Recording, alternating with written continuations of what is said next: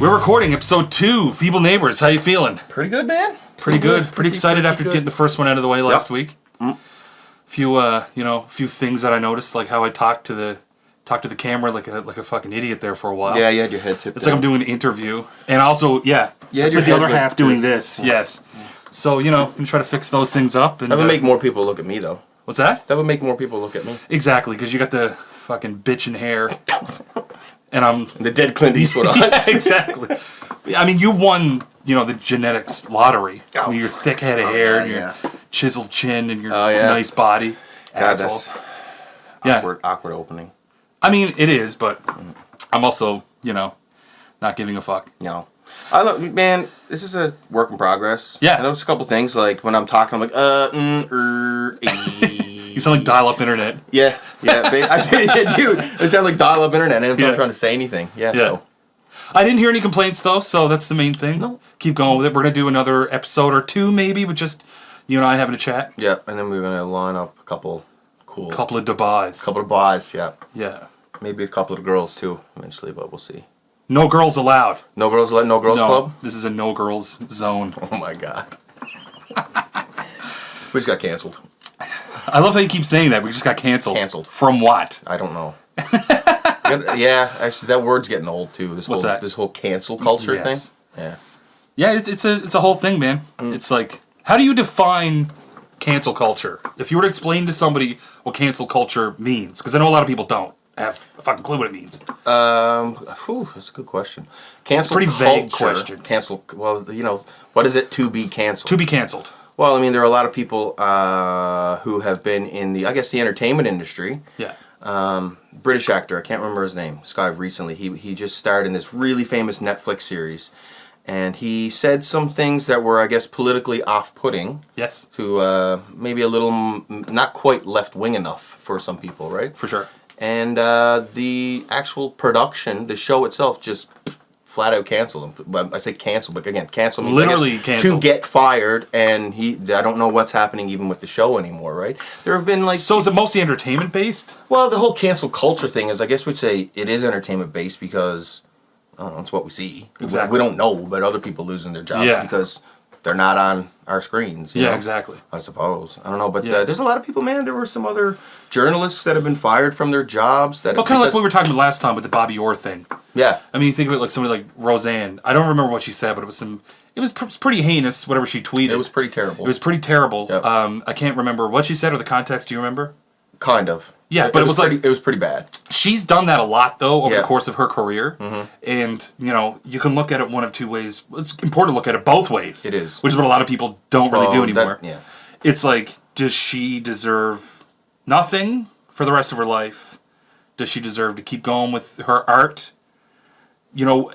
How much time passes? Do they get a chance to recover from it? Is there any redemption, what kind of apology does she have to give? Is there any room for redemption? It's really good that we're at a point where if somebody says something terrible politically, racially, whatever, there are actual repercussions now. It's not just kind of swept under the rug. For sure, but how far-reaching should those repercussions go, right? That's people make mistakes. Celebrities are going to make mistakes. It just so happens that celebrities are on camera being recorded way more often than we are. Yeah. So...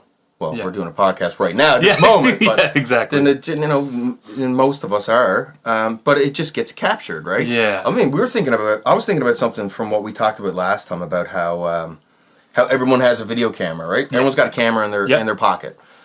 If that was the case when I was a teenager, when I was like 13 or 14 years old, yeah, I'd be in trouble too. Oh my God, man! I did some pretty questionable things. But the thing is, I don't remember most of any of the horrible shit that I might have done. And I know that, and I'm not going to displace the blame, but I did fall into circles where you were bullying to not be bullied.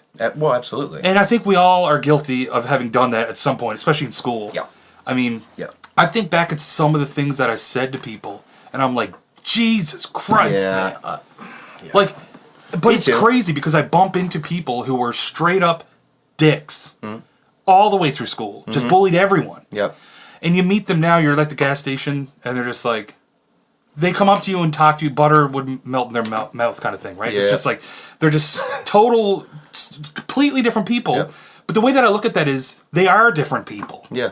Yeah. You know, coming up, man, it's just like, everyone's just struggling for some identity and just trying to just not be made fun of. Of course. Or be made to feel like an outcast. Yeah. That's your number one fear for the first 20 years of your life. It is, man. It's survival. I mean, it really is survival. Yeah. I mean, we're social creatures, so we want to go with the biggest pack to survive, right? Exactly. And I'm not saying that justifies bullying. And I'm not saying, like, well, we remember the people, the outliers, the people who went against the grain, the trailblazers, the ones who went against, you know, the crowd. Those are the ones that history looks back on fondly, and the people we write about and talk about, you know? Yes.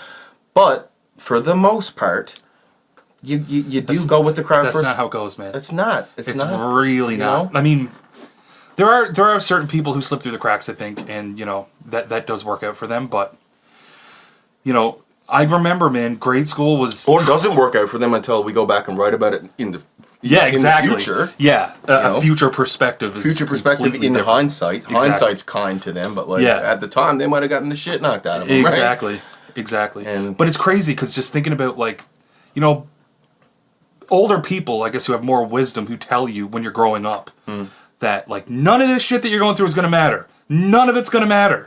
And now that I have a child, I can totally tell that's the way I'm already looking at it. Yep. He's like 9 weeks old, and I'm just like, oh my God, can we just homeschool you and keep you away from all that shit for 20? You know, it's like, that's not a solution. No.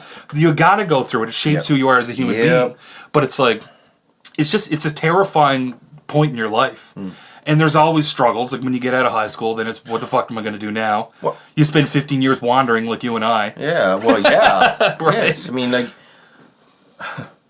let's be real, like, to live, you know, to live is to struggle. It really is, man. And like, remember that Mark Manson guy? Yes. We were talking about right before we recorded. Yeah. The Subtle Art of Not Giving a Fuck, which is a good book. I didn't read the second one. But he talks about, you know, something that's getting lost in all this self-help shit. Yeah. Is like, and I shouldn't say self-help shit, it helps, you know. Yeah. But some of it's a lot of shit. Yeah. He talks about how a lot of it is like positive thinking and you know, intentions, like setting your intention. You want that Mercedes-Benz. If you picture it enough, eventually you're going to get that Mercedes-Benz. And No, but sure, you setting. I do believe in setting positive intentions. Just like that. write it down. But and make a goal for yourself. It ignores so much of the necessary suffering that life has. Like we have to suffer. And we have to, in order and people suffering are apples and oranges. Like, how the fuck do you compare? How do you blanket statement everybody's suffering? Right? So it's like, and that's the thing. It's everybody's personal mission to figure out their own shit. And it's based on so much where you are, your opportunities, what shit that happened to you when you were young, down, like everything that happens from the time you're born is deterministic. It's determined. That's the whole thing. Yeah, everything. There's no. But I think a big point that he makes is that, like, you can't just have we talked about, like, you know, toxic negativity and that sort of thing, but there's such thing as toxic positivity. For sure. There really is, man. Big time, like, man. someone who's just always smiling and yay, life is great. Those people scare the shit out of me. But also, like, I mean, you think about the fact that we're always looking to people who are super successful as our ideal of success. However, most of these people are rich as fuck. Yep. Right? Yep. And it's very easy for them to sit around and talk about, you know, Oprah's giving a car to everyone in the fucking audience. So, all right, so she's a good person. If I'm a good person, then I'll be able to give a car to I want to give cars away. I want to give cars away. You know, it's just like, it's not how it works. But I mean, without struggle, without suffering, how would we be able to appreciate anything? Exactly. You know what I mean? If you didn't struggle for it, you know, you can't just. You know what, man? Things just sometimes aren't okay. Yeah. You know, and people want to be coddled, and I'm not saying all people, but there's just this sense of like, oh, it's okay. Yes. It's okay. You know what, man?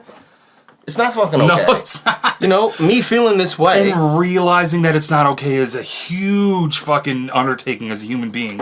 Like, I've only come to that point in the last few years. I'm just like, literally took me most of my life to figure that out. Yep. It's you know, it's okay to accept that some things in life are just fucking horrendous and awful, and you have to go through it. And you know that when you go through something coming on the other side, this is like all the most like cookie cutter soundbite shit that I'm saying right now. Sure, whatever. But it's like, dude, it's true. And just listening to the people that have the constant positive, the constant negative, you got to sit somewhere in the middle. You have to. Yeah. You have to accept both of it, you know. Exactly. Both things. It's, you know, and choose your struggle. That's the thing, right? Yeah. Like, Manson has a couple good examples in the book. Like, he wanted to be a rock star. He wanted to be a world-famous guitarist who's on stage, you know, whatever. And he's like, but he didn't really like going and setting up at practices and setting up all the gear and grinding it on the road. So that's not a struggle he was worth. Was valuable enough for whatever, you know what I'm trying to say. Yeah. It wasn't worthy of it, I suppose. So you got to choose your struggles. I mean, I can speak to that in the sense that, like, my whole life has just been spent trying to be a musician. But the older you get, the more you can kind of compartmentalize certain aspects of what it is to be a musician and say, you know, like, I fucking love Dr. Phil. I don't care who knows that. I do too. Dude, I watched the shit out of Dr. Phil, but I watched this one episode where this dude, I think he had a wife, but he was like sponging off his parents like crazy for years and just like taking thousands of dollars because his idea was that he was going to be a rock star. Yeah. Gene Simmons comes on the show, and even Gene Simmons like, say what you want. I'm also a huge Kiss fan, so this all just kind of comes together for me. But he was just like, you know, you still need to pay your bills. There are other aspects of life that, you know, just because you look at somebody who's a famous musician, they don't get up every day for 12 hours and just play guitar on stage. There's more to it, right? That's like 4% of it. Not even. That's exactly. Not even. Exactly. Yeah. Like, listen to James Hetfield talk in like a lot of like more candid interviews in recent years talking about his struggle with abuse and all that kind of stuff. And it's just like, that person that I grew up watching on stage, such an angry fucking dude, man. Just, and I think, you know, he was young, full of piss and vinegar when he was younger, so it was just, you know, he was more expressive and more about the metal and stuff like that. But the older he gets, the more you just realize this dude wasn't like that. No. He played that fucking role, man. Like, that's just who he felt like he had to be on stage. That is who he was. He was immovable on stage. It was fuel. Yeah. You know, in a sense, and still is for him, I suppose. Yeah. But it doesn't, the thing is, like, if you only ever see that perspective of people, whether it's a musician or anybody in the spotlight, that's not everything. No. Right? There's so much more to it. It's actually, it's so little of what it is. Exactly. You know? It's the tiniest part, because without all this other shit, you can't have that. Well, I mean, you need to have a well-rounded thing, right? Break it down even on a smaller level. Like, people like go and play a show, like us, go play at a bar. Yeah. And I got an hour set or whatever, and we're playing with 2 other bands, and we make a few $100 for playing this 1 hour set. People are like, man, you know, you got $300-400 for playing an hour set. That's not bad. $300 an hour. It's like, work that out, man. Exactly. Like, how much am I getting for hourly? Well, for one, I had to learn the songs. Yeah. You know, probably put some money into my instruments, get my instruments and all the gear to the bar. That takes a lot of time. Plus, you have a mental issue where you're not even going to go on that stage until you put the 40, 50, 60 fucking hours into it. Exactly. Rehearsals, individual practice. So we made about 18 cents an hour by the time exactly. if you really want to work it out. You get to a point with the band and you get super comfortable and you got your set list and you go do it every night and you make this amount of money or more. That's good, but then there's no happiness in that because you're like, fuck this again. Yeah, exactly. Right? Even in the art, it's like, even in the thing, if you get too fucking uniform and you're just doing the same thing all the time, then that plateaus. Yeah. So, I guess long story short, everything's fucking awful. Everything's pretty terrible. Yeah. So but how's that for your Wednesday? Was it Thursday? Thursday. Wednesday. It's Wednesday. Wednesday. Yes. Is it? Yeah, it's Wednesday. Okay. Oh yeah, you're on it. You got a holiday. Yeah. Yes, I have a holiday. That's why we're doing this in the afternoon. Drinking Diet Pipsay. We're looking for a Diet Pepsi endorsement. Or Red Bull. Diet Red Bull. Just diet. Yeah, we don't want the full Pepsi or Red Bull endorsement. It needs to be a diet endorsement. Yeah, definitely. It's a separate product. We will not accept a Red Bull endorsement. Sorry if I'm sniffling. I have like a bit of a head cold thing going on. So I was up in the woods for 4 or 5 days and... You get the Rona? Well, see, that's... Thanks for spoiling my entire story. No, I'm joking. I was in the woods 4 or 5 days, moose hunting, drinking like an idiot, eating like shit, as you do. I always said, you know, when you go up in the woods, and especially doing these hunting trips, you go to the grocery store and it looks like you're buying food for like a children's birthday party. Yeah. It's just fucking chips. And cookies and candy and Joe Louis. Pepsi and it's just shit. And you go to a liquor store and spend like $5,000. And then, so that's what my last 4 or 5 days was, that, and, you know, sweating, being cold, not sleeping. So I got a bit of a head cold. So last night around 11 o'clock, I went to the grocery store. Not the grocery store, Shoppers Drug Mart. And I was like, how the fuck do I even buy cough medicine without being tackled by a security guard and put in handcuffs and like put in court? You clear the store. People see you go to that freaking cough and cold aisle. But I feel like these people who work at the pharmacy, are they doing that? Do you think they're monitoring that shit? They're just waiting in the cough syrup aisle just with a net, like fucking got him, right? I don't know, but it's funny because anytime you go anywhere, like sometimes you do this contact tracing thing, right? You have to sign your name, number, that sort of thing. So what about when you go into a drugstore and you're buying cough and cold shit? I mean, that's literally like, you know. Yeah. I don't know. Yeah, so maybe I'm some kind of hit list now. I don't know. You might be. Yeah, probably. Yeah. Feeling all right though. You know, I'm feeling great. I just got bit of a sniffle thing going on. But, you know, I've been programmed over the last 8 or 9 months to think that, you know, death is imminent. Death is... For me and for everyone that I've ever talked to in my entire life. Yeah. Death is imminent. And, you know, if it was COVID, maybe it would be. I don't know. Speaking of COVID... Nice segue. You hear about... Yeah, right? You hear about the new thing from Pfizer? I don't know what that is. Pfizer, the company, they have a... what's that word I'm looking for? It's like Pfizer. You've seen that word before. Pfizer. Is it P? They might have a... Yeah, PFI-ZADIR. Anyway, who cares? This big, huge drug company has a vaccine that's like, they're saying is like 90% effective. Yeah, so... Yeah. As soon as I think about that, I'm like, well, what about all the people who aren't going to take it? Yeah. So... But what about the vaccine itself? Before we get into the fucking COVID-idiots. Yes, okay, yeah. I haven't heard that term in a while, yeah. Carry on. Or no, anyone who doesn't do it is a COVID-idiot, or is it the other way around? I don't know. Who cares? It's COVID-idiots, whatever, who cares? So 90% effective, I guess. I mean, that's based on... I guess, would you take it right away? Yes. Yeah, I would too. Right away. Yeah, me too. No questions asked. Pump me full of it. I don't care. Yeah, you hear a lot of people talking about like, well, a vaccine that's only been developed so quickly, a few months after, or whatever, blah, blah, blah. I'm not trusting that. I'm not trusting that. It's like, okay. Yeah. It's just one of those things where I'm just like, how is it going to... I trust the experts, and I have 0% room space mentally to think about the fact that there's some evil menace on a mountaintop just cackling who just created this fucking witch's brew that's gonna like just, you know? People are obsessed with conspiracy, right? That's exactly, but I just trust it, man. I just don't care. I was vaccinated as a child. I turned out fine, you know? Fuck you, man. I did too, but like, yeah, exactly. Here we are. Yeah, here we are. Raging alcoholics. No, not anymore. Well, not raging. Not always. You quelled the fire. Quelled it. What were we talking about? Yeah, the COVID vaccination. So you're down with it? I'm down with it, I guess. I mean, the thing is like, people can say, yeah, and you know what, man? Maybe it won't work. Maybe we'll take it and we'll grow another arm, or we will get autism, right? Yeah. The whole fucking autism thing. What the hell was that? That's not what the hell was that. That's still a thing. What? That people still think that? Oh, yeah. Oh, that's what I mean. You know what's funny? There is no was to that. But I see people talking about this shit on the internet, but I never really met anybody in person that's all about I have. anti-vaxxers. I've met a couple recently, and I'm like, what? Yeah. Okay. Autism. Yeah.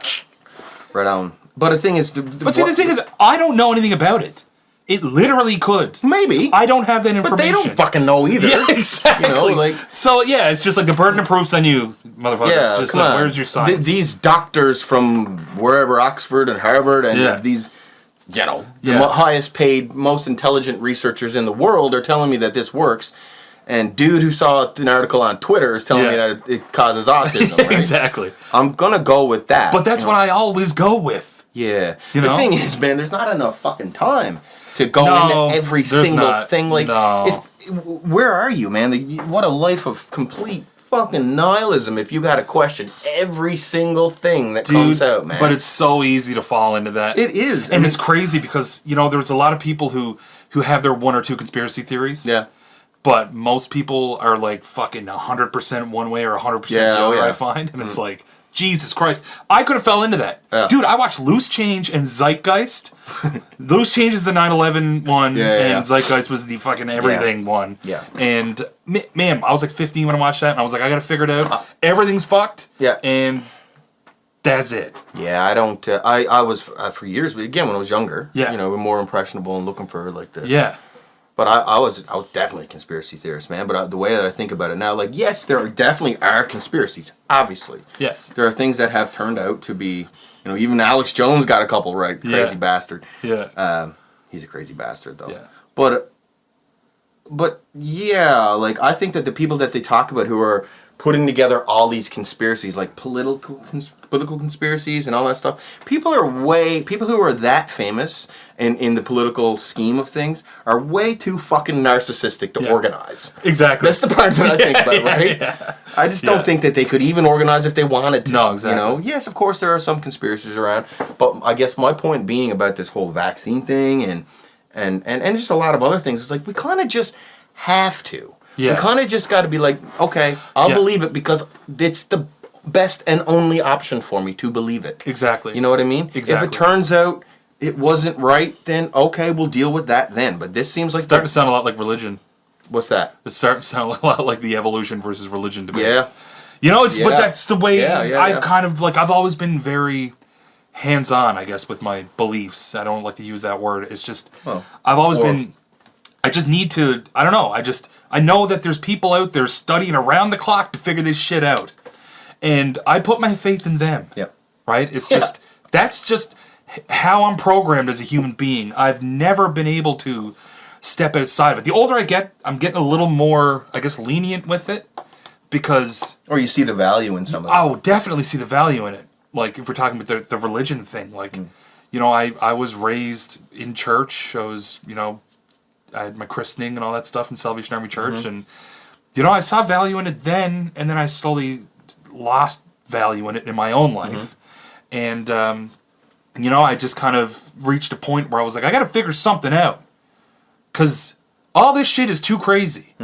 It's like, where am I going to go in my mind to kind of just be comfortable and solace. Warm? I need something, and then I realized that I was atheist. Yeah. Because I didn't find anything. I found nothing. So would you say you're an atheist? Yeah. I've been an atheist for, as long as I can remember. I remember even when I was a little kid, just that was presented to me, and I was like, no. There's something else. I've always been skeptical, and it's like, not even because I was actively being a skeptic, it just didn't process in my mind. It went to the same place as Santa Claus and the Easter Bunny. It just never, ever went in as a thing like, okay, that's a thing. But, I'm so jealous of people who go to church, and who are religious, and who know that when they die, they're going to go somewhere better. Like, I wish I could believe that. I think, if I woke up tomorrow and believed that, Jesus Christ, literally, would all my questions would be answered. Yeah, exactly. I'm gonna move this. We're not gonna use this. No. Oh shit. It's gone now. What's that? It's your porn. Your Keen album. Oh, my Keen album. Yeah. Yeah, I think for me, like growing up and even now, I still struggle with the word, and I bet you do too. The word faith. Yeah. Just have faith. That's such an empty word to me because it doesn't hold any weight. It's not as empty to me now as it used to be, and I don't mean because I'm also not religious. Yeah. But I retract my empty statement. I know where you're going. Yeah. Carry on. What do you mean you retract your empty statement? I retract the empty statement regarding faith. Like you know, it's always been growing up defending being an atheist because that was the big part of it. Yeah. It became more of a fucking religion than religion did. Exactly. The defense of atheism was the religion in itself almost. 100%. Yeah. And like, or like the ideology. I would actively seek out Christians who didn't even want to fight with me to challenge them on their beliefs. To challenge to try to, you know, bolster my own. And, you know, that's it. And I finally got to a point where I was like, Jesus, what are you doing? Everybody arrives at where they are in life and their beliefs, non-beliefs, faiths, whatever it is they have, from their own personal lifetime of experience. Yep. That's how they got there. Yep. Who am I to say no by that's not exactly. That's not fucking right. Yeah. Just like, what's the point also? Have you ever gotten in an argument with somebody over religion? You probably haven't because you're more intelligent. God, yes. Oh, you did? Okay. No, not too intelligent. God, I'm definitely not too intelligent. I don't even know. It's nothing to do with intellect, but anyway, no, nothing. Yeah. My God, yes. I mean, I remember at the supper table at my grandparents' house. I mean, when I was like 12. Yeah. Asking my nan questions about, you know, Christianity and that sort of thing, and when she couldn't give me an answer, I was like, "See, gotcha." Yeah. All these gotcha moments. Like, you're always looking for this big gotcha moment, right? Yeah. And like, and to what end? But it never ever felt like a wholesome gotcha. No, it's because you knew that the person didn't feel that way. And like exactly, they've been gotten. You didn't. No, they've been got. Yeah, they hadn't been got. But because like, they're still going to go to church the next day. Yeah, but I was such a dick, man. Yeah. Because like, I remember I went and stayed at a friend's house for a weekend, a musician friend of mine, and this is when we were younger, so I stayed at his house, his parents' house. And then the next day, it was Sunday, so a bunch of his family came over for dinner, invited me to stay, so I stayed. Afterwards, like I knew that his family was pretty religious, but I didn't know to this extent. After dinner, they hauled out these cards, and basically on them was a Bible verse. And each person would take a card, and we'd go around the table, and everyone would read out their Bible verse. The first person to guess what verse, chapter it came from in the Bible would win. Whatever, I don't remember what the prize was. So somebody read one out, and it was my turn to guess. And I said, Austin 3:16. The fucking wrestler. Stone Cold Steve Austin. Yep. And I literally thought that was a Bible verse. I fucking thought it was a Bible verse. Matthew 3:16, I think that's the one. I literally don't know. Or John? But I've told that story so many times. It just speaks to my ignorance on the subject. But it also speaks to the fact that we don't know where that verse comes from either. I was put in that situation. You guys knew I wasn't fucking religious. And then you're going to, you know, I'm sitting around a table with these people. Yeah. Oh, yes. The heathen. The heathen. It's like, listen, man. I don't know if you ever watched Royal Rumble, but... a lot more entertaining than that fucking old Bible. Heathen, yeah. Yeah. The thing is with I guess with religion and stuff for me, man, is not like, sure, I don't believe in the Bible and all that stuff as a historical document. But there's a difference in things. This is what wars have been fought over, whether or not this has actually happened or not, and you believe in my version of what this book says, that sort of thing. But I can separate, you know, actual truths of historical truths, we'll call it, versus fucking metaphorical truth. Because there's so much in the Bible. There's a reason that this document survived all these years. Dude, 100%. Because, I mean, you can, dude, I watched the Notebook, and I just want to cry and hug my family. Yeah. You know? It never happened. Yep. But it serves a purpose. You know? It speaks to the things that are the most important in your life, and to cherish them and hold on to them. Arguably, I mean, recently I've read some of the Bible. Yeah. Just so I don't completely sound like an ignorant asshole every time I want to shut down someone who reads the Bible. You know? You gotta roll with it. You just gotta always sound like an asshole. That's what I've done my whole life. But I read a few things, man, and I'm not saying I particularly learned that much from this reading, but I'm just saying I have read some of it. I'm reading some of it. But yeah, the metaphorical truths, man, like this, just the Genesis story and the how, you know, in order to find any kind of like deeper meaning in your life, there will be cause for sacrifice. You know, these big key words, sacrifice. You know, even having faith, because in order, they say all men who have all courageous. Say men of courage have faith. Yes. Whether it's faith in Jesus or faith in whatever, they have faith in something. Exactly. Which gives them courage, you know? And it's crazy that as primitive as this all is, it's still a thing that is necessary Yep. for a lot of people. Yep. No matter who you are, you can relate to some Bible story. For sure. Just like you can relate to Spider-Man, in my opinion. I keep Absolutely. Like well, no. But that's not even like a comedic thing. No. That's true. Like it's just like it's storytelling, and it's just up to you to decide what you're going to take from it, what you're not going to take from it. My number one issue always was the fact that it was so washed out into this thing where we're just going to take the good parts, the parts where everything's love and everything's cherry awesome. picking. Cherry picking. And like, so you can read the Old Testament or like, what's going on over there? Yeah. Wow. I don't know. There's a lot going on over there. Yeah. No, but that wasn't Jesus in that one, right? Angry mofo, man. God was Jesus in that one? Jesus was in the second one. I'm not going to get into specifics with the Bible because I don't fucking know shit. I already went there, You so went I'm there. already. Right. So I'm just probably going to delete this whole section. This whole section about the Testaments, yeah, we might delete this. King James. King James, yeah. Yeah. What was I going to say? Yeah, anyway, metaphorical truth. There's a lot in it, man. There's a reason why this document survived for so fucking long. Yep. I mean, there's a lot in it. We can learn. But you mentioned, what was it? Oh, Spider-Man. Yeah.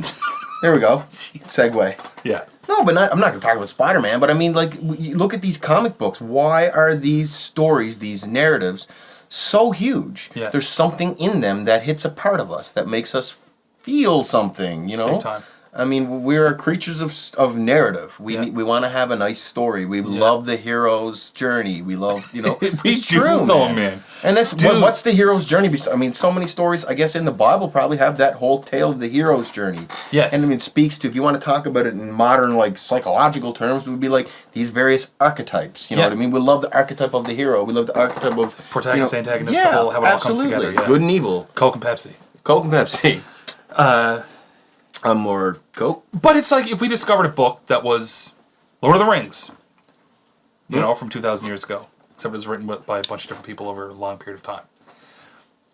And we didn't assume that it actually happened. And we only treated it as a book. As a book. If you could just look at it from that perspective, that's what I find myself doing more and more, is the fact that because I can't rationalize it physically having happened, if I look at it from that perspective, it's Lord of the Rings. Yeah. You know, it's a journey, it's a story. It's not even quite as epic as Lord of the Rings. It's way worse, right? Yeah. But Lord of the Rings is pretty fucking awesome. Lord of the Rings is awesome. Too much description, though, man. What? Too much description at parts. Dude, like, the second one, I watched the first one, I was like, fuck yeah, this is awesome. And then I watched the second one, I turned it off after like 5 minutes. I'm like, what do you... Just go frolic through the meadow. I want to see... Yeah. You gotta be some movement. Stop Get it talking. done. Stop talking. Stop talking. Just shut up. Well, the book, too, man. Like, there's a few parts... Oh, my God, man. You read the book? I read the books. I read all the books. I was supposed to read the book in like grade 7. And I so read it watched the movie like 4 then. times. Actually, The Hobbit is still one of my favorite books of all time. See, I watched the cartoon version of that. Yeah. There's a cartoon I downloaded on like Is Kazaa or it's a cartoon movie, and it misses a bunch of shit. But anyway. But Tolkien, obviously an amazing writer, obviously. But Jesus, his descriptions, man. There's like one part in the book where it's like 6 pages on a fucking door. It's like describing this door. It's like, dude, open the fucking door. Let's go. Let's go. The other side of the door. Let's go see. Oh, it's an empty fucking room. Fucking door. Yeah. Yeah, exactly. Love it. Yeah. Anyway, I don't know how that just happened. Man. Yeah. But it's a weird thing, man, because I never watched movies because I never really had time for it. But now we're spending a lot more time sitting on the couch and raising a child from nothing. And from him just not existing to existing in 10 weeks. It's a very short period of time to be a human being. So he requires a lot of attention. Yeah. But we're watching a lot more movies. and man, I'm an emotional fucking wreck, man. I can't watch anything. Yeah. I can't watch anything. I watched the same movie 5 times and I cry more on the 5th time. Yeah. Dude, I watched like Liar Liar. At the end where he hugs this little boy. Oh, God. Oh, Jesus. What's that? That's such a good movie, man. Oh, the other one with the dude who takes the kid and tries to adopt him, but he can't, and then his actual dad takes him back. Jeez, I'm fucking getting choked up here talking. It's Adam Sandler movie. Scuba Steve. You know what I'm talking about? I didn't see this movie. Oh my God, are you serious? Seriously, I don't know what you're talking about. Oh my God, it's called Jesus. I don't know. If we weren't recording this podcast with my phone, I'd take it out and look it up right now. Do you want to look it up? No, that's fine. But anyway, yeah, dude, same thing. Watch that movie. It's a comedy. It's literally a comedy. And I watch it and I'm like, God damn. Yeah. Are you like that? Yes, man. I can't watch some commercials for fuck's sake. I'm brutal.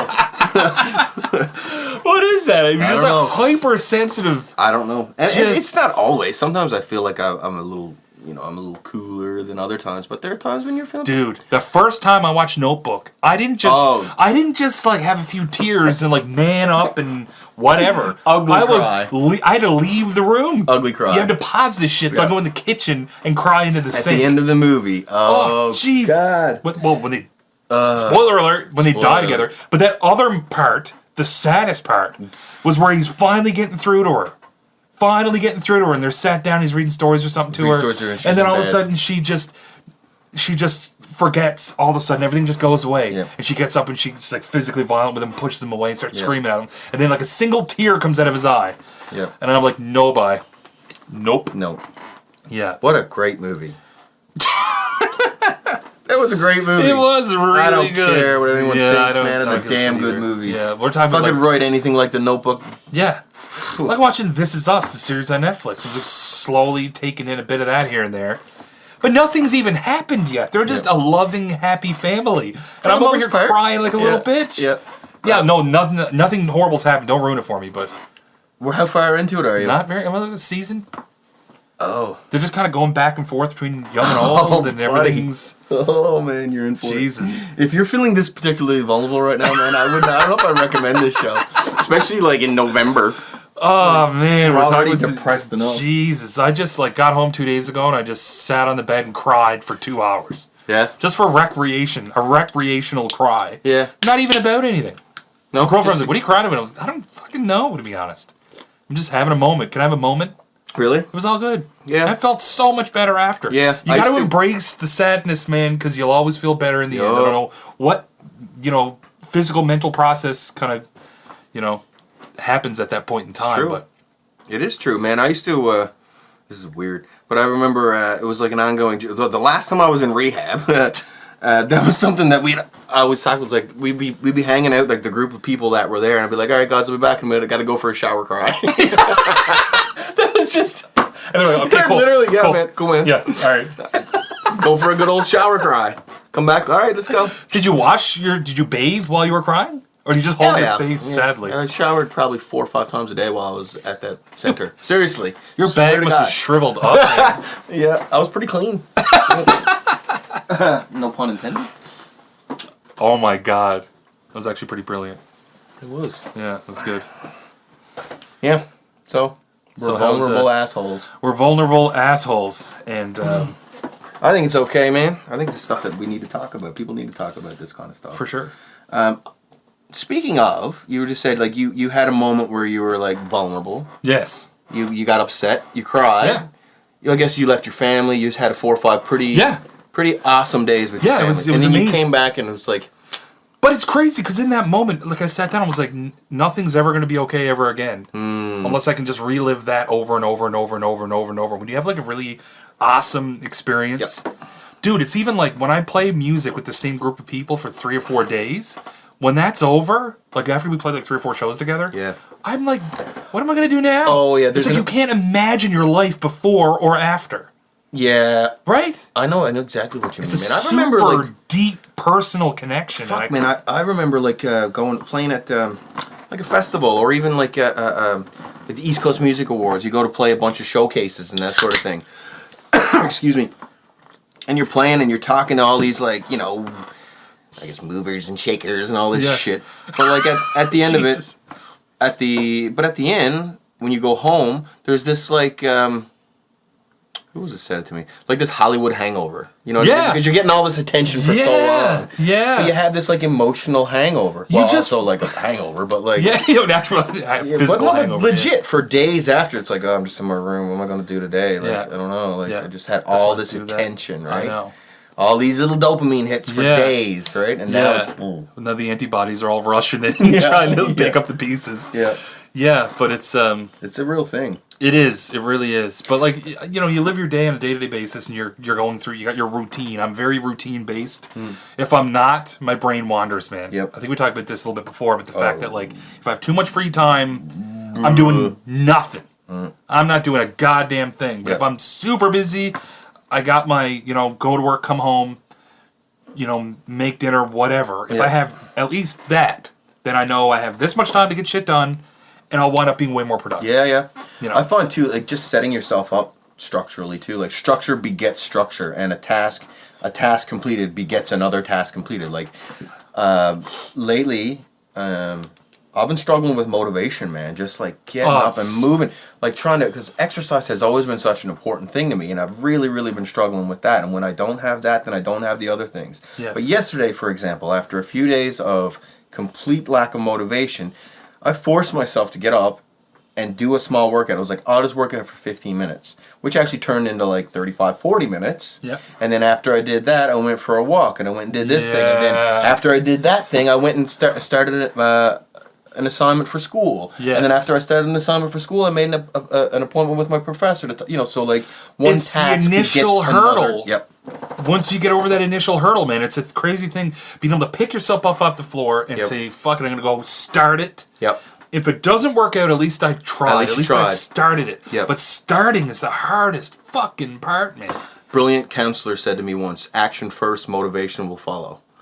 And that's true, right? That is, man. Yeah, that's brilliant. That is. Yeah. Just picking yourself up off the couch, man, and going to the gym. Just go. Just fucking go. I mean, there's no doubt that the hardest part of going to the gym is going to the gym. Yeah. Not being at the gym. Once you're there, it's your best con. Yeah. Just putting on your fucking sneakers and getting there. Exactly. You know? And then driving home and getting in a car accident like me. I got in a car accident after the gym once too. Did you? Yeah. Oh, no, it was before the gym, actually. Bunch of pre-workout, driving like fucking 200 miles an hour. No. Actually, it was whatever. Dude, I ran out of gas on the way to the gym, and I was all pumped up on pre-workout. Oh my I wanted, God. I could just pick the fucking car up and walk to the gym with it. Like, that's the point I was at. Yeah, no, I was leaving the gym, and I was driving. Pre-workout shit is real. Oh, I thought you were going to criticize my Diet Pepsy. No. This is my pre-workout. It ain't no Diet Coke. What were we going to say? No, just, driving through the lights. Everything, like, I have so much, I guess my spatial memory is really good. I'm very much aware of what the fuck's going on around me when I'm driving. I'm always just, like, if I'm going to pass them, I look, like, 3 or 4 times, like, because I have so much pent-up anxiety about driving and hitting people or whatever. Yeah. But I always... You're hyper-aware driver. Hyper-aware, because, like, Yeah. if I do something that I even remotely get in any kind of sketchy situation, all I do is just play out all the terrible shit that could have happened in my mind. Yeah. And it's just like, oh, God, if I hit that person, I would have fucking went over there and fucking knocked over those kids standing on the side of the road. And, like, that's the shit that goes through my mind. And it's like, it gets worse because, like, I've been in one accident. And, like, my dad was in a horrible accident, 2 horrible accidents. And, like, when it happens to you, man, it doesn't matter how serious or how not serious, just the fact that now it's real. Like, when you get to that point and you're driving, it's like, holy shit, this is an actual thing. And especially when it's not your fault, but it's somebody else's fault. That's what scares the shit out of me, because now you have to be way more hyper-aware, because it's like, you're not just focusing on you. I know I'm a good driver. You know, I have a tendency to drive a little fast sometimes, but I'm still hyper-aware while I'm driving fast. Yeah. Well, it's the other person. You can't control that. No, exactly. You know? This chick, I was going through a green light. She was wanting to turn this way. I was going straight through. I was coasting along, not even thinking, and then she just turns this way, bang. And then I'm like, oh, Jesus. Wrote me off. Yeah. Car accidents are terrifying, man. It's one thing I've... It's such a high-impact thing. Like, we're not meant to be moving at these rates of speed. No. Our bodies have no idea how to deal with this shit. No, our bodies do not. And it's crazy how comfortable we are in these 15... weapons. These gigantic metal weapons. Yeah. Among other gigantic weapons. You know, we got our Bluetooth shit going, we're texting, and we're just driving around on the highway at 120 kilometers an hour. Dude, I think about it so much because I'm like, I'm driving. I'm like, we all just kind of agreed that this is how we're gonna do this and navigate these roads at these crazy rates of speed that we're not even supposed to be working at anyway. You know, it's like we've just agreed that you're gonna stay over there. I'm gonna fucking stay over here. Because of this, and if I want to get over there, I gotta like do a little thing and then get over there. Strip of paint. Yeah, that little strip of paint is gonna keep us all from dying. Yep. And that's what all of our faith is put in that. Yeah. But people die all the time because you know, miserably. Yeah. Yeah. It's got to be the man. I know a girl who actually I know another fellow too who's a doctor who worked in emergency medicine said that the worst things that they have to deal with are car accidents, man. Yeah. People are coming in to survive a car accident, but there's just fucking glass and metal and stuff, and you just can't see what's going on first.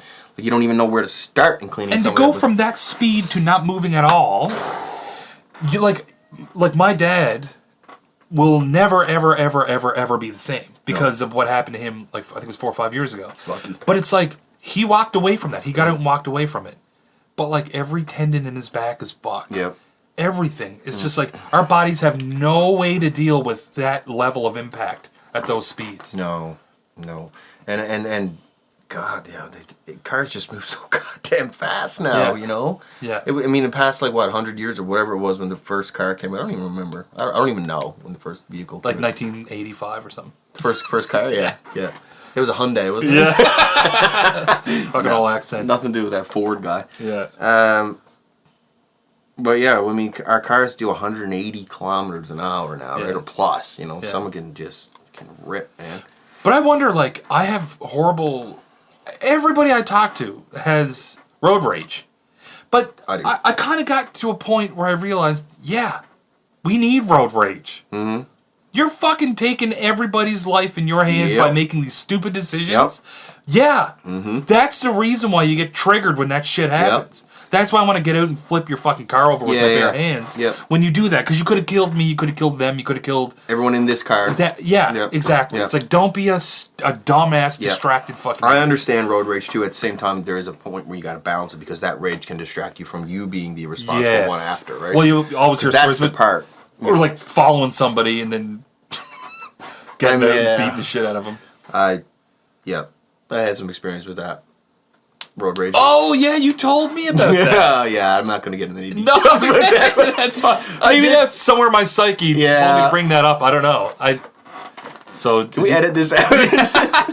No, I'm just kidding. For legal purposes? For legal purposes. No, again, statute of limitations. That was a long time ago. Yeah. I did follow someone, though, yeah. Right to their driveway. What'd you do when you got there? We talked. Yeah. I talked. Did your talking involve your fist and his face? No. Okay, no. That's fine. Don't worry about it. We won't talk about it. My new favorite thing is anti-memes. Anti-memes? It's like I'm in this Seinfeld shitposting group, but it's basically like you take a scene from a show, and then right where it reaches its climax, you just meme it so that it just fucking diffuses itself completely. Like there's an episode in Seinfeld where George is backing up and another guy comes in and he's going in head on. They're going into a parking space, a parallel parking space. So I made this one meme and it was just like, George is backing in, this guy's coming in, George gets out, and he's just like, what the hell are you doing? And the other guy's like, I'm pulling into this space. And George is like, okay, enjoy your day. He gets back in his car and leaves. But the whole fucking episode hinges on their argument. But why is that so funny? Why is that so... I fucking love it. It's my favorite thing ever. Like, and all I can think of now is just ruining shit. That's all I want to do. Enjoy your day. Oh, okay, that's cool. Bye. Enjoy your day. Goodbye. Goodbye. That's like 4 minutes. Not even. That's amazing. The U.S. election happened, and then I fucked off the next day. Yeah. So for me, I didn't really see much of it. Only like chatter at the cabin at the end of the night, like, oh, crazy! This looks like it's gonna happen. Well, blah, blah, the blah. election was Tuesday. You left Thursday, and the official results didn't come in until Saturday. Yeah, but I would jump on my phone, check out on social media and stuff like that. And for me, it was like this vague thing. It was like, did he win? The fuck's going on? Like, did he win or did he not win? Like, is there? Well, I mean, is it going to turn around? Is there a possibility that this might not happen? Well, I mean, it's decided now, right? Yeah. Okay. I mean, well, Trump is actually. There are going to be a bunch of lawsuits. There's a huge investigation going into like voter fraud and all this stuff about like So stupid. I mean, they predicted it beforehand. Because of the pandemic, there were going to be mail-in votes, right? Obviously. A lot of people, not as many people were going to go line up in large groups because they were told, not to. Exactly. So the election results would take more time to come in. Yeah. So that happened. Yeah. And then literally, a day or two after the votes started being counted and coming in, Trump saw that in a lot of these states, it looked like the day of that, oh man, it's really, really close. And it was close in the end. Yeah. But as the votes started pouring in, a lot of the mail-in areas that had mail-in votes were definitely like Democratic-centric, Biden-centric, Yeah. That's why Trump was like, stop the count. Yeah. And no, man. We're going to those count were all like the the votes. only funny Trump memes I've ever seen since Stop- 2016. stop the count. Those memes, man, that was some potent memeage, man. Oh, I honestly my. laughed out loud at some of that shit. Yep. Stop the count. But it was close, man. Yeah. That election was close. I Yeah. mean, closer than... You said it was 150 million voters? Yeah, it was like... I think it was the most... I guess it was probably the most votes in U.S. history, or at least in the last 100 years, I would say. They must have made it the mail-in process pretty easy. Yeah, I guess so. Yeah. And I mean, they'll this probably is the learn stuff- something from that, because most people don't want to leave their fucking houses, Exactly. man. I mean, Yeah. I think they should make it as a separate topic, but I think they should make us so that we can vote online. I just think Yeah. you can do everything online. Yeah. Why the hell can't you vote online? Yeah, exactly.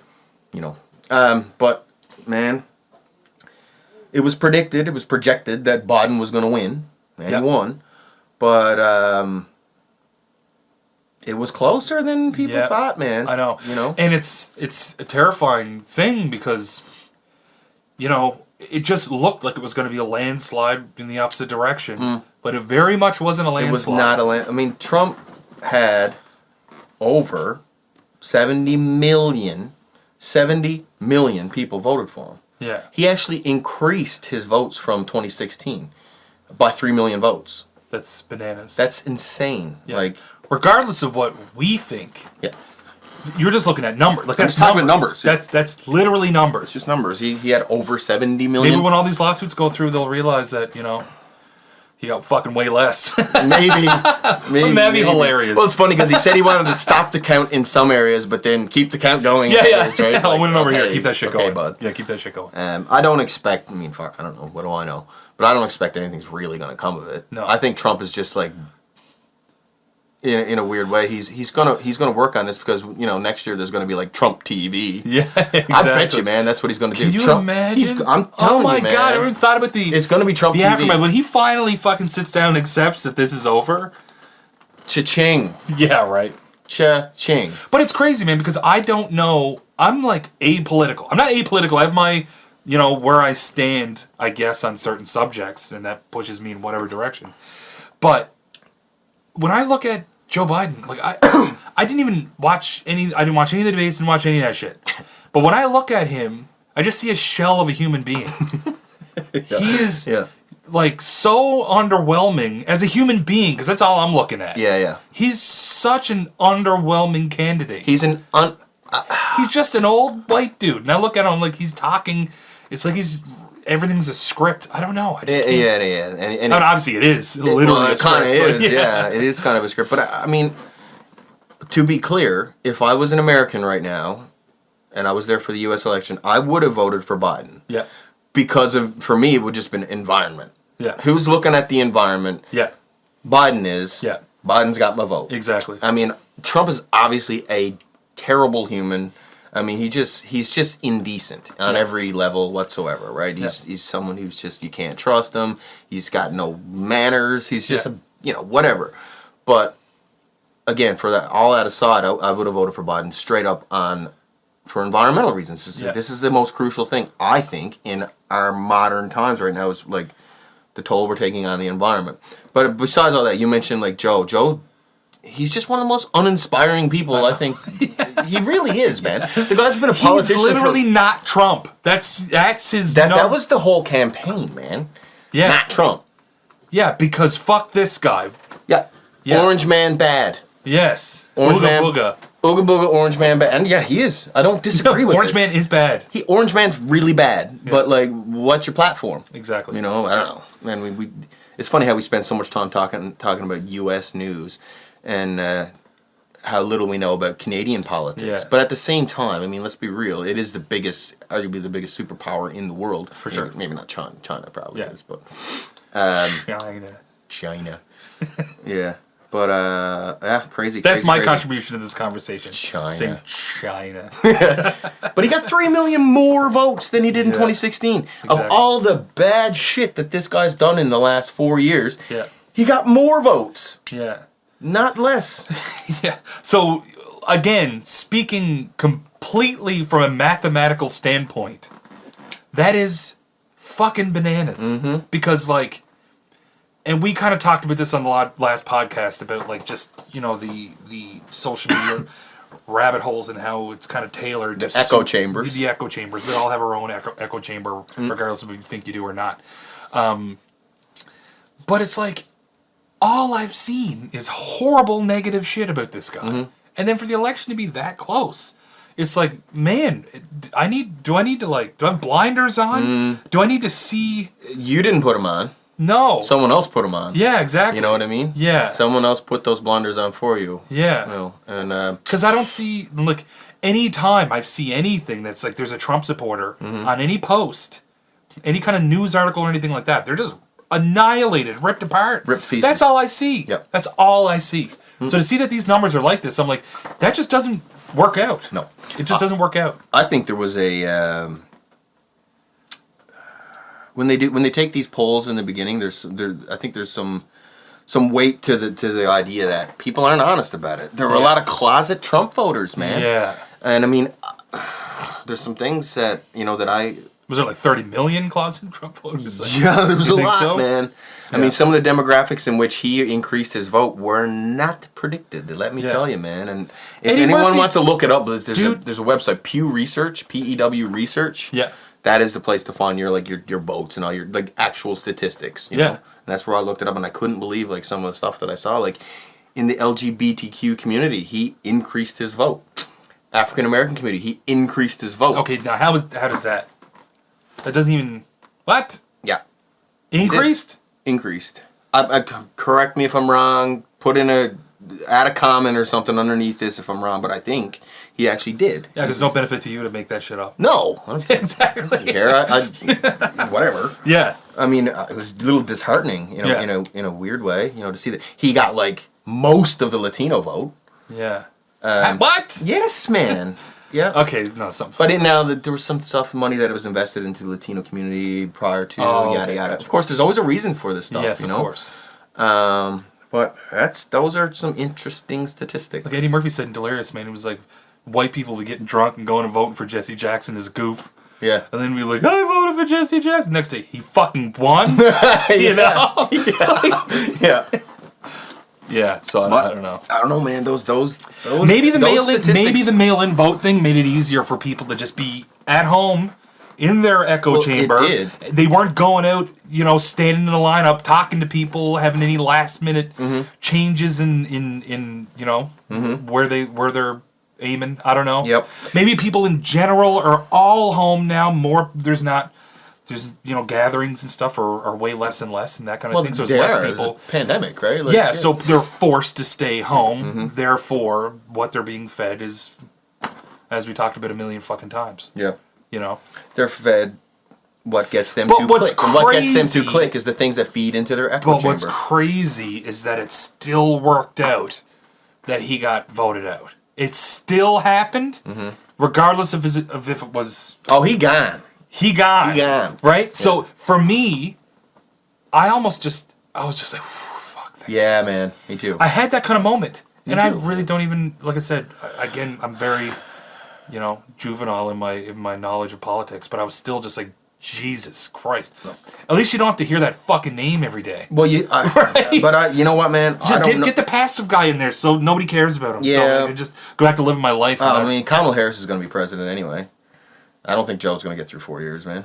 No? No, man. He's like 2 million years old, right? Well, but when he gets, was it inaugurated or whatever, he's going to be 78. He looks like Bob Barker, like in a not even on the show, like in a documentary where he didn't have any makeup on.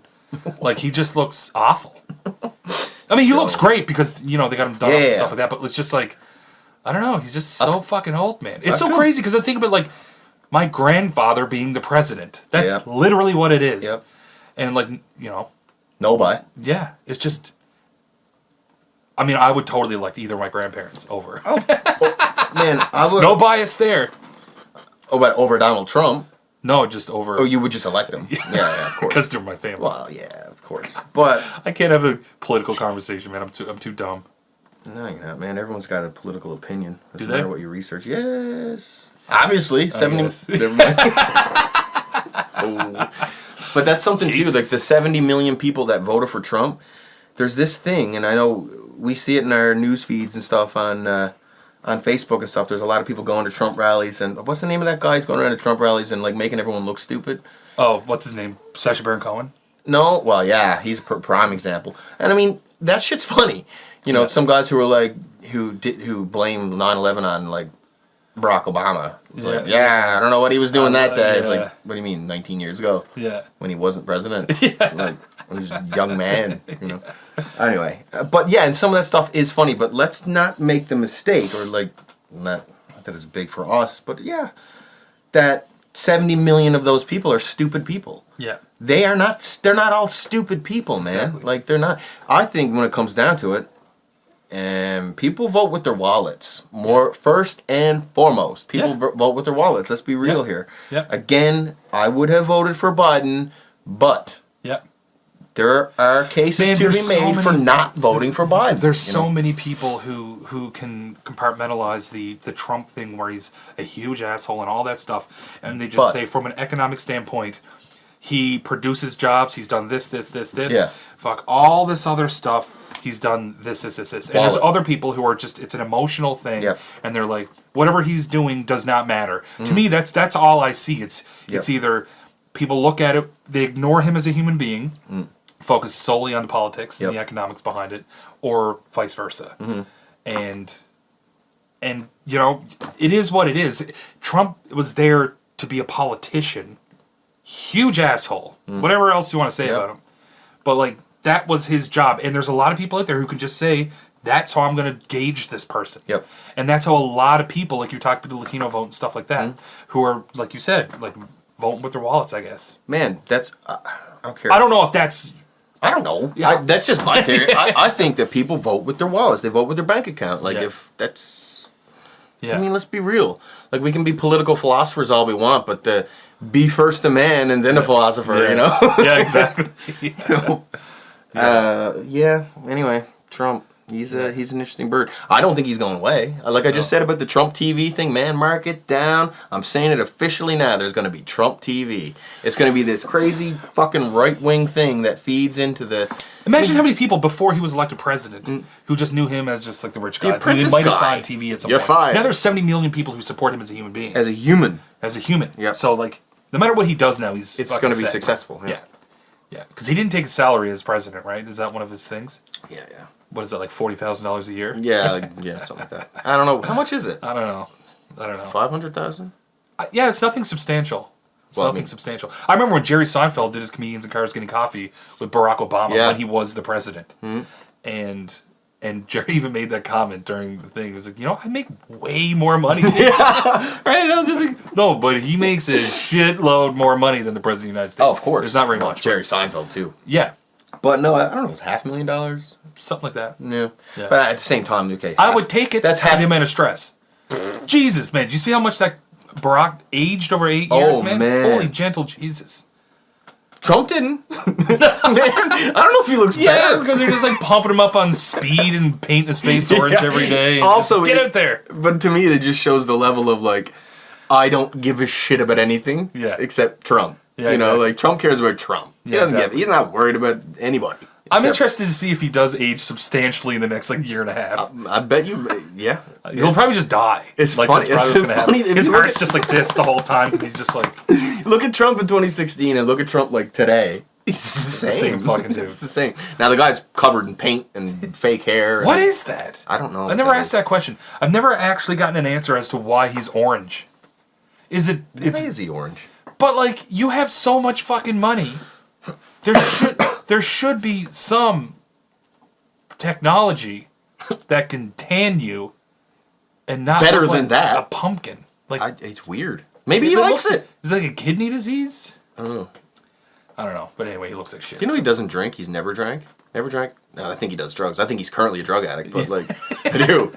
Well, you can smell that from a mile away, right? Yeah, it's true. Yeah. But I mean, the guy. Do you see people who are, you know, because like the whole world of drugs to me, I've never been involved. I've never done drugs. I smoke a joint and I go bananas. I just can't do it. I just can't. I never liked weed either. I can. Yeah, well, we never had that liked conversation too. But like, I've been in situations with other people who, you know, I visibly saw them do cocaine, and then I'm just sitting there, and I'm like, this person's no different. I don't have a radar for that. I can't tell. They're no different? They're no different, except the only difference is I want to go to bed and they're staying up all night. They want to talk. Yeah. They probably open a bar. Yeah. They want to talk, and just like when I'm done talking, man, I'm just especially like the thing is with drinking, it's like there is a point that you reach where it's like bedtime. Yeah. Right? Yeah. Especially if you introduce some weed. Yeah. I mean, of course. Yeah. All you want to do is eat a Mars bar and go to bed out of it. Right? Yeah. But, you know, it's a crazy thing because alcohol is such a damaging, it's toxic. Oh, man. And it does so much damage to your body, and there's so many drugs out there that are not as bad. Literally nowhere near as bad physically, and they're super illegal. Super illegal. Man, it's crazy. Like, you know, the statistic, and I'm sure a lot of people have heard this before, that more people have been killed by alcohol than all other drugs combined. Yeah. All other drugs combined. Combined. Yeah. Think about that. That's a crazy stat. Yeah. And yet alcohol is just, it's one of the most, not only socially acceptable, it's one of the most promoted, advertised things in the world. It's so... Shit, man, I can't watch a freaking Toronto Maple Leafs game. Yeah. You're seeing Bud Light and Weiser's commercials all the time, you know? It's brought to you by the official whiskey of the NHL. But it's so funny how over the course of time it's just been so normalized because it's like your family member can post, "Oh, I got so hammered last night, me and the girls, what a laugh." But if you fucking flip the script, "Oh, me and the girls got ripped on coke last night. Yep. Jesus Christ, we're up for 3 days." Yeah, that doesn't work out. But anyway, well, coke, that could work. We're up for 3 days and 1 night. So it just it's crazy. Obviously, coke is harmful, right? You can do enough coke to die. Is that? Of course. Yeah, of course. It's a cocaine overdose. Yes. It's a thing. Okay. But how frequent is it? That's a good question. Does it require some like high level addiction to get to that, to where you'll? Well, I would say the person who's like really addicted to cocaine would be less likely to overdose from cocaine as opposed to the person who's not has no idea what the tolerance, doing. Right? Yeah, we're talking about tolerance and that sort of thing, but alcohol, man. It's funny. Like that's such an interesting example. People like promote putting on Facebook. Oh, what a great night! What a hangover! Ha ha ha! Going to Mary Brown's, right? Yeah. Ha ha ha! Ha ha ha! But like if they showed a picture, like they show the picture of them holding up a glass of booze or beer or whatever, they showed someone holding up a syringe, man.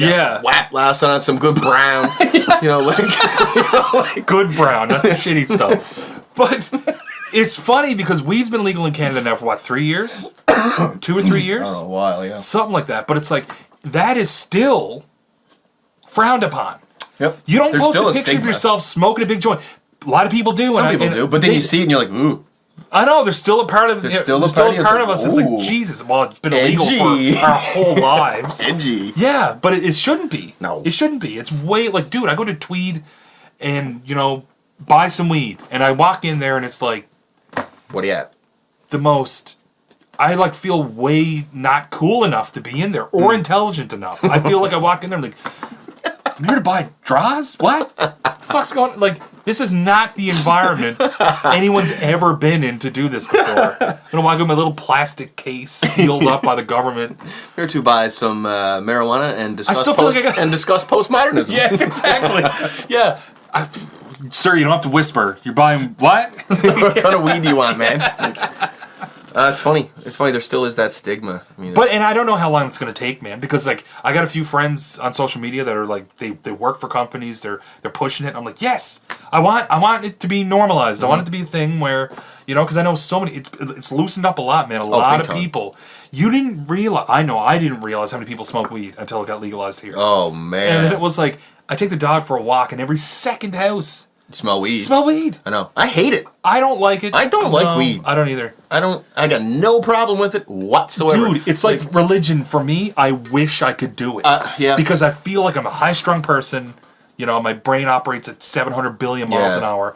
If it affected me as it does the traditional person who smokes a joint to chill out, if it affected me that way, yes, but it certainly doesn't. No, me neither. Not at all. It never did. You freak out? I lose my shit, man. I mean, for me, you might see me smoking weed back in the day. Well, a little over a year ago. Yeah.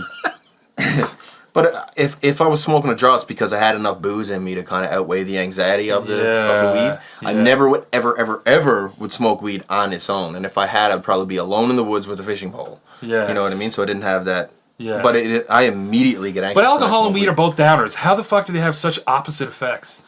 I mean, it metabolizes in your body. It's completely different in that respect. But I still feel like overall, it should have a similar effect. And I guess it does for some people, but... I just never, ever found any peace in smoking marijuana. Ever. Yeah. And it's funny, I've done a lot of different drugs, and weed's the last one I'm interested in. But you hear about people all the time who smoke weed forever and then quit because it started to give them anxiety. Yep. So it's a thing that can happen, that it does change. Yeah, of course. Yeah. Marijuana's destructive too, man. It's like, drugs are bad. You've got friends who've been perma-fried. Perma-fried. Unmotivated, the most unmotivated sacks you've ever met in your life, right? You know. Yeah.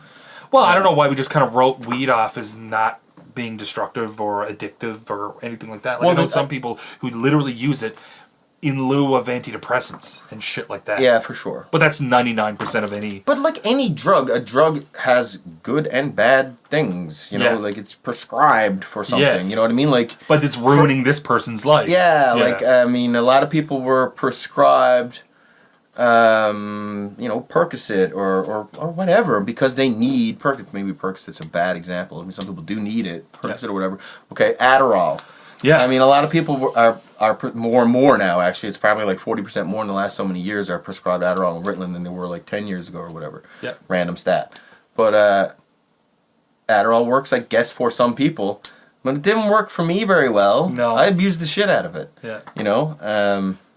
Did you start taking it for medical reasons? Or for getting fucked up reasons only? No. I was years ago... I was going to be prescribed Ritalin. For what? Ritalin? Yeah. ADD. But it was never an official diagnosis in the end. Anyway, it was the discussion that I was having with a psychiatrist years ago. Okay. But for me, getting into that one in particular, was years ago. The first time I actually had attempted it was at university. Study drug, right? That's the study drug, the Adderall, right? You stay up and you can focus. Yeah. And I always struggled with focus. Yep. Any type of real focus. My brain's running 500 miles an hour, so I'm like all over the place. Yep. So I got into it. You know, I took a few while I was studying for an exam, and I did really well.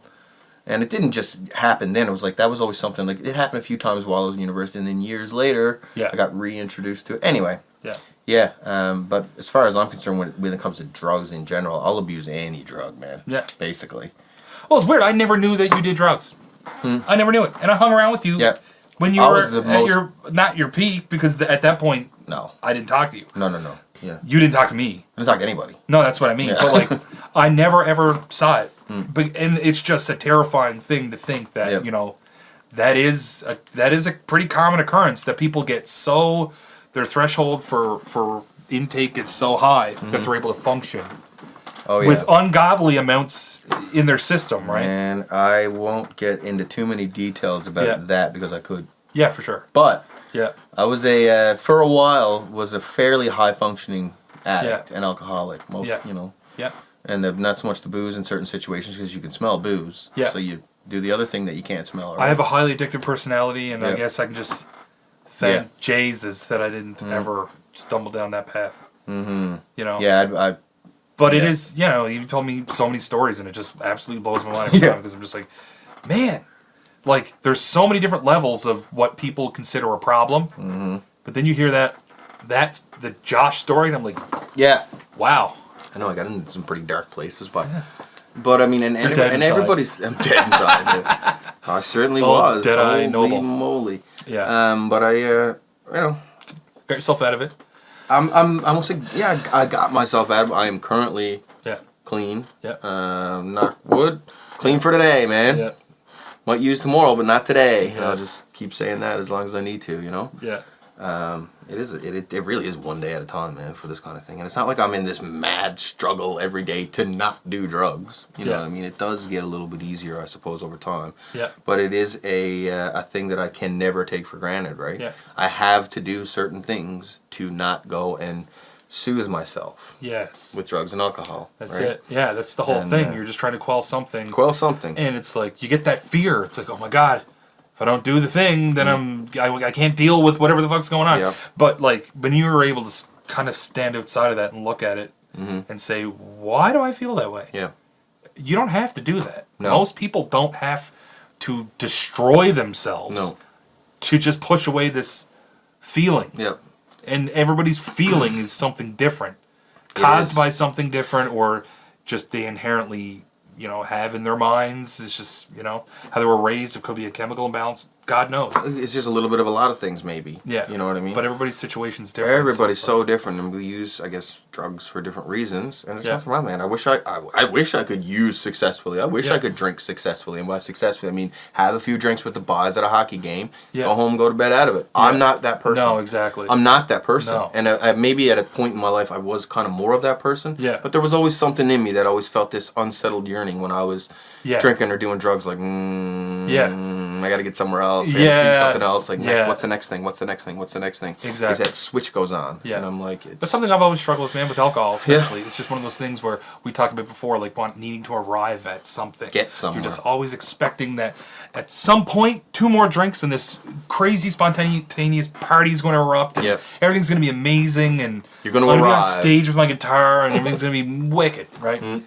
But then you realize that doesn't happen, and then it just takes more and more and more and more and more and more and more to get to that point. To get to the point that you never reach. It's just like, ugh. Yeah. And then, I mean, it can get to a point where people think that, and to a point, like when you start doing drugs, the first, when you first start taking drugs, it's your choice to take drugs. It was a bad decision for me to take drugs. Obviously, it was up to me. It was my choice to take drugs. I made a bad choice.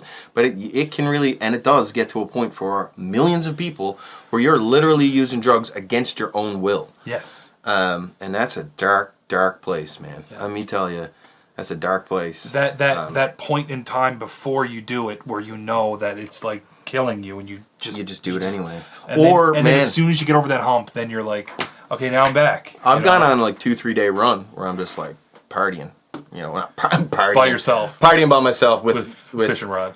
Yeah, not even just. I shouldn't even say partying because it's nowhere near what a party is. No. But you get to a point where you wake up the next someday and you'd swear. And, you'd pass a lie detector test, literally saying, I'm not going to do drugs today.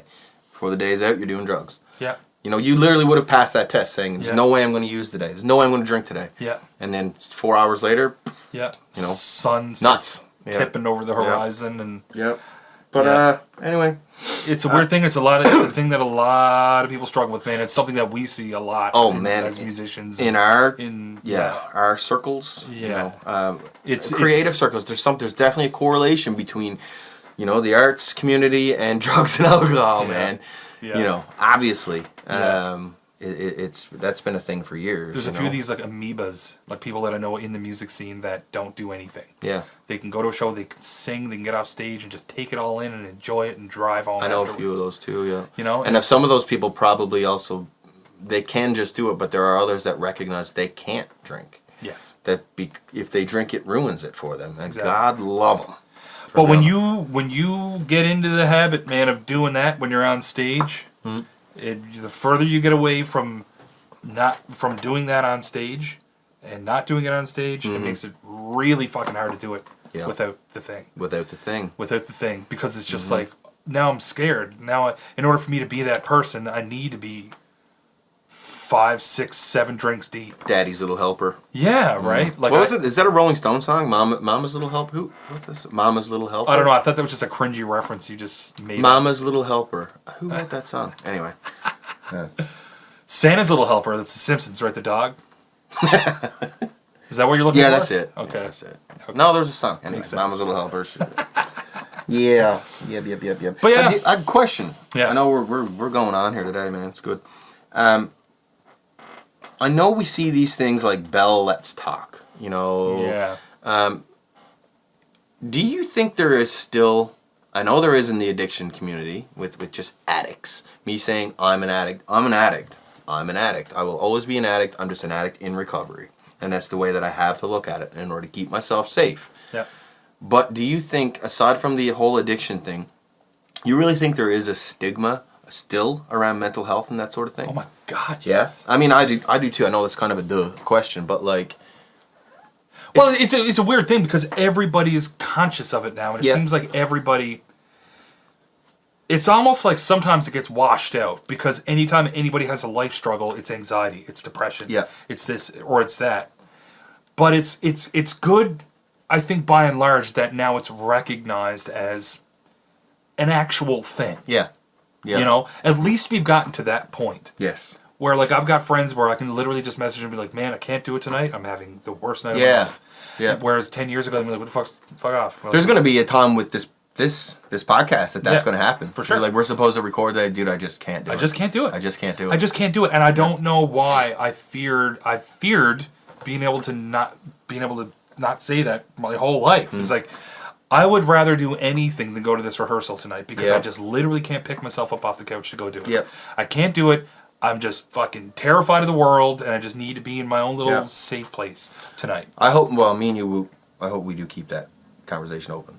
What's that? Just, if it so Yes. happens that we don't, you know, I'm For not sure. feeling it today, man. For sure. Like, yeah. But everybody is in that position, man, where they just don't want to do shit. But they just pick themselves up and go through. Do it. And like that's a really, you know, that's a super high quality skill. Yeah. To pick yourself up and kind of go through the motions. You know, like I know people, family members who are just like the weight of the world can be on their shoulders and they're still just getting still up and going through it. And like I admire that so much, man. Well, like I've said before, but you know, action first, motivation follows. Yes. That is true. Yeah. But at the same time, there are days when it's just no way. Yeah. Yeah. No, I'm just Yeah. not moving today. No, exactly. There's nothing that can make me move. But like you mentioned, the stigma thing, they're 100% Stigma, is. yeah. You know, it's like we're all guilty of maybe judging somebody when we probably shouldn't based on their decisions Yeah. and that kind of thing. Oh, It's God, like, yes. We've all done that, and it's like because they react to you a certain way, we just completely judge them based on that interaction as opposed to what the fuck they got going on. Yeah. You know, and I've known many people who I've like lost communication with over time that I wish I didn't. I just wish I was more sympathetic to it and just said, I'm just going to stand back and say, figure out whatever you got to figure out. I'm here for you.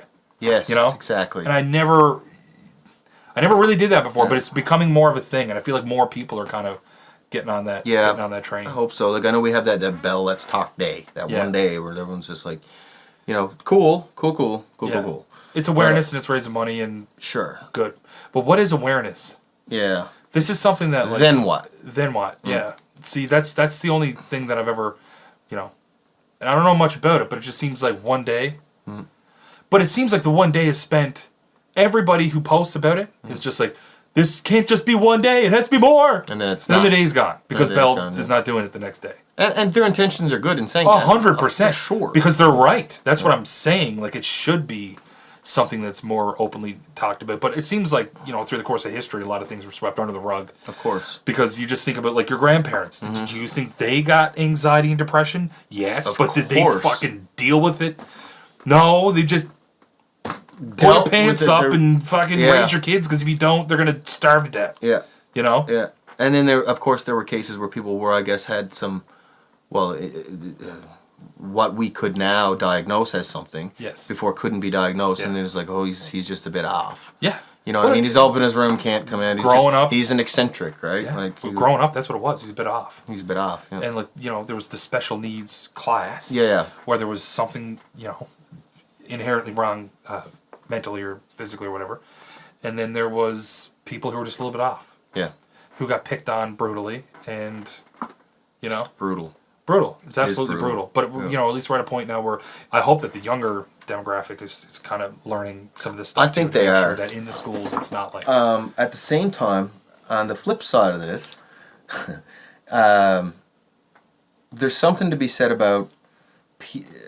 Okay, like stigma, yes, there is stigma.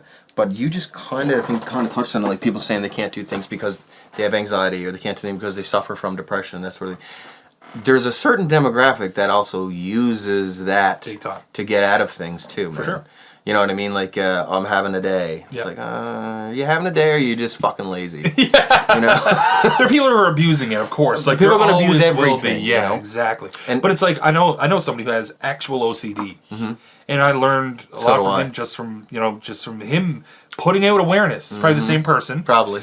Putting out awareness about it, and it was just like, and I didn't know. I used to literally just throw around the word OCD because I have nervous tics and I get really obsessive with certain things. Oh yeah, like I have to make sure that this is that's my OCD. Yeah. Ha ha ha. No man. But it's not. It's like that's not OCD. That's not OCD. Way more to that. Yeah. That's a thing that you shouldn't just kind of like throw around. Yeah, because people suffer with OCD. It ruins people's lives. It ruins lives, man. And we're like, OCD. You know, it's like.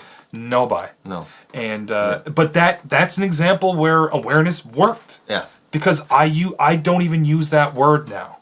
I try not to. I try not to. Like I'm or at least I'll pick a word out of it. Oh, that's just my compulsion. Yes. Yeah. Or that's my obsessive. Yeah, but I'm not going to say that's my OCD. That's my OCD. That undermines people who truly fucking suffer with OCD, and that is suffering. It is. We don't understand. It's brutal, man. It's absolutely brutal. And I have a couple people, friends who have it, and man, yeah. You know, I definitely have taken a second thought in my using that term. Right? For sure, it cripples people socially too because they have this thing. Yeah. They don't want to be judged. Yeah. You know, it's just like. There's so much going on, man, and it's like life is so hard to navigate as it is. But then to throw, you know, there's anxiety and depression. I feel like anxiety has kind of lost its definition along the way. Yeah. Do you know what I mean? Well, it was like you were talking about people who abuse it. Yeah. But then it's like, can you quantify it anymore? Yeah, that's the thing, man. Or is it even a conversation that needs to be had? Because it's such a wishy-washy subject. It is a wishy-washy, especially with anxiety. Anxiety is the perfect example, I think, too. Maybe a little bit with depression and stuff, but anxiety is... Obviously, it's hard to quantify and stuff, but I see a lot of people now that have generalized anxiety disorder. You can quantify OCD. Yeah. You can be diagnosed with bipolar. Yeah, yeah. But anxiety is everything else. Now, there are terms that make... There are ways that would... throw something under the definition of disorder, right? Yeah. Because you would say generalized anxiety disorder, or you can say suffers from some generalized anxiety. Yes. Once it gets categorized as disorder, it becomes a thing. Yes. It becomes a thing of its own, right? Yeah. Like I've been diagnosed with a couple disorders because it causes disorder in my life, right? And I have to do certain things on a daily basis. Yeah. So that it doesn't run my life, you know. Exactly. But at the same time, we're kind of back and forth on this with the stigma versus blah blah blah. People using it, but like anything, man, people are going to use it. Yeah. To their advantage, I suppose, in a certain way, and I hate to kind of say it that way, but we've seen that. Yeah. People like jump. Dude, I think I've abused it. I've definitely abused it. I've definitely abused it. Oh my God! Don't even. Yeah, that's what I'm saying. I've literally manipulated we're not responsibility here. Oh my God! We both know what we're talking about because we've fucking done it. I've literally manipulated doctors to give me pills that I want. Yeah, exactly. Exactly. Exactly. Yeah. Yeah. So there's that. We gotta get some WD-40 for these chairs. Yeah, no, it was pretty. All squeaky, squawky. Yeah, this has been happening the whole podcast. Has it? I wonder how much we're gonna pick it up. Probably all of it. But speaking of anxiety, I guess we should probably clue this up soon. Yeah. This is a long one. Yeah. Good though. Good chat. Yeah. You meditate? No. We talked about this before briefly. I don't, man. My one occurrence. I tried. I got something on Google Video before YouTube, and it was like a 45-minute thing. And I got 20 minutes in, and I was like, no buy. No. Because it's just I can't get myself. I mean, I've heard a lot from a bunch of different people since then, talking about it on other podcasts and stuff like that. And I know that I just didn't give it a chance. But I also, unless I can see some quantifiable end result that's going to benefit me. I don't know. It's just not something that I've ever given much of a shit about. Well, it's funny that you say that, some quantifiable end result that's going to benefit me, implying the future, right? Yeah, exactly. Which is completely the whole point of meditation, so you can stay in the fucking moment, right? Because you're too worried about No, I want the end result. I want the finish line. That's how I live my life. Yeah, it's more. just push it over there. State of arriving. Yeah, I'll get there eventually. Man, I mean, I'm obviously me and you relate in a lot of different ways. My mind goes 500 different directions at the same time so often, right? Yeah. Didn't get the official diagnosis, but I'm sure some doctors would give it to me. But the attention deficit type of thing, right? Do you have ADD? No. I was going to say, you don't seem to have ADD. No. But my mind does go in a bunch of different directions. Anyway, I'm not going to say I have ADD. No, of course. But my mind goes in different directions. However, meditation helps me big time. Even the moments like, and you said the first one you did was a 45-minute meditation? Well, Jesus. It was that long. But the intention was to be there for 45 minutes. No way. I've never done a 45 I've literally gotten to a point where I was trying to do it, and I would get like 10 or 15 minutes in, and I would start to feel like I was slipping into some state that actually made me nervous that I was going there. Because I'd let go. You know, it's like when you, just before you fall asleep, you have all these like crazy weird thoughts. And then your sleep gets broken, you wake up, and then you're like, why the fuck was I thinking about that? You know what I'm saying? Yeah, I do. That little between consciousness and unconsciousness where your brain's just like starting to like turn the light switches off. But all this weird shit starts happening. And I felt like I did get relaxed enough where I was starting to basically just fall asleep, I guess. Well.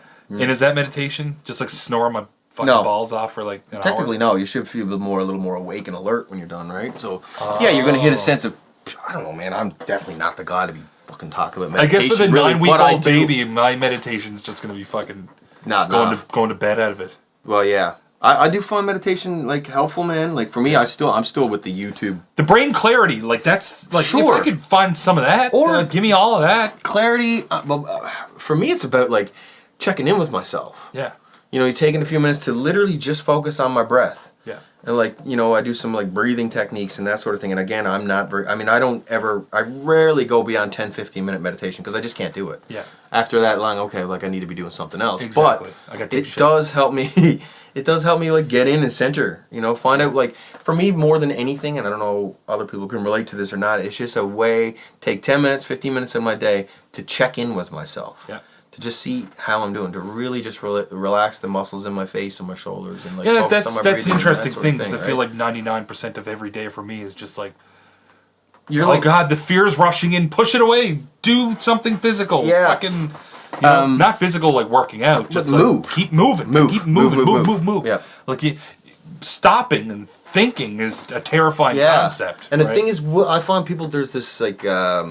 And I still am a little guilty of it. When I first started meditating, was like I couldn't get my mind to settle. But like intrusive, like you just have to accept it. Like you're not gonna be able to just sit there and empty your mind of thoughts. Yes. But it's more about observing the thought that comes in. It's like, oh, that was interesting. Like, oh, that thought was there. I'll even meditate sometimes, and when I'm doing it, when something kind of intrudes in me focusing, say on my breath or just feeling the weight in my chair, that sort of thing, I'll be like thinking. I'll literally say it out loud. Thinking. Yeah. You know, so it just kind of creates that space there or something. Yeah. But anyway, for me, meditation is just like 5-10 minutes of just checking in with myself, man. Yeah. Slowing down a little bit. But more people are getting on that train, man. A lot of people are meditating, and it's a thing that most people that I talk to, and I explain that, you know, I'm a high-strung individual. It's the first thing they say. Try meditating. Try it. There's a couple that I really like, man. There's one. You should send them to me because there's one. Like, I'm so juvenile with this that I assume that it's a person like. That's what I always thought. But literally, man, I sit in this very chair and I'll sit like this. Yeah. And I'll close my eyes and focus on my breathing. Not that chair because you'll fall back and break your neck. I do. What? I use this chair. Oh, do you? Yeah. Okay. Literally, just sit any chair, whatever. Sit in a chair. Yeah. And close my eyes, focus on my breath, let my shoulders relax, try to relax the muscles in my face and my forehead. Jesus, just try doing that right now. I feel like the whole time I'm just ready. Like, yeah. So what the fuck am I doing? Yeah. Oh, just this? Okay. No, we're not going to do this. Yeah, let's do it on camera. What a great way to practice meditation. Let's do it and then post it on the internet. Yeah, people will, clicks is clicks, right? Yeah. Clicks is clicks. Clicks is clicks. Listen to us sit here and do fuck all for 20 minutes. Great. Good. I want the audio version. Brought to you by Red Bull. Diet Pipsay. And Diet Pipsay. That's a good way to wrap this up, I think. Yeah. So too. Good chat. Yeah, it was good chat. And like we said, we're probably going to do one more episode, maybe with just us, and then we're going to try to get some. Yeah, maybe one more. This was a nice long one. A lot of serious chats, but we didn't talk much about diarrhea or anything. Yeah. We don't need to talk about diarrhea. No, I guess. Whatever. We'll see. But yeah, so that's good for this week, and we'll get this out tomorrow, Thursday. And then we'll aim to have another one up for next week, and then we'll go from there. So if you think of anybody interesting that you want to get, you'd like us to sit down and have a chat with based on our conversations. Yeah. And like we said in the last one, man, I don't want to sit here and just talk about your gig last week. No. Or your day-to-day life. I want to have conversations with interesting people. Yeah. Exactly. That's all we want to do, and it's whether it's a musician or anyone. Yeah. The guy who brings bottles back to the store. Yeah. I bet he got a story to tell. I bet he's got a story to tell, yeah. Exactly. Absolutely. But yeah, all good. That's a wrap. Bitch.